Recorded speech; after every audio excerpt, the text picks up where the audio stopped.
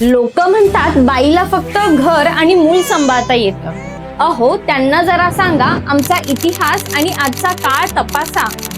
जिथे आम्ही घर सावरलंय ना, तिथेच आम्ही देशही घडवलाय. अशाच काही जबरदस्त देशाच्या लेकींबद्दल बोलूया. या मातेने एकच घडवला, पण तो सुद्धा इतिहासच घडला.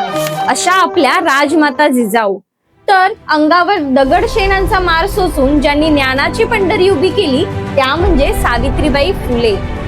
रणांगणात तलवारीच्या पात्याने इतिहास लिहिणाऱ्या झाशीच्या राणीने गर्जना केली होती, मी माझी झाशी देणार नाही.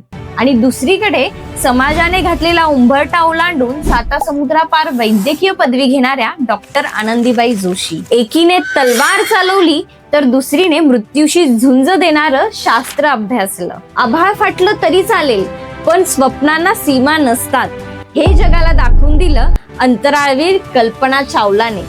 तर प्रशासनात गुंडांनाही घाम फोडणारी शिस्त काय असते, हे किरण बेदींनी आपल्या खाकी वर्दीतून सिद्ध केलं. पय्योली एक्सप्रेस पीटी उषा यांच्या वेगासमोर जग थक्क झालं.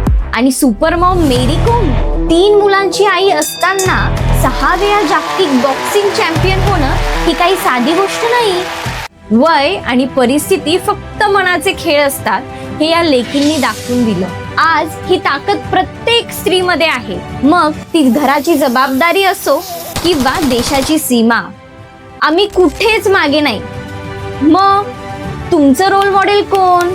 कमेंटमध्ये नक्की सांगा. आणि हो, अशीच नवनवीन माहिती जाणून घेण्यासाठी फॉलो करा साक्षी.स्पीक्सला.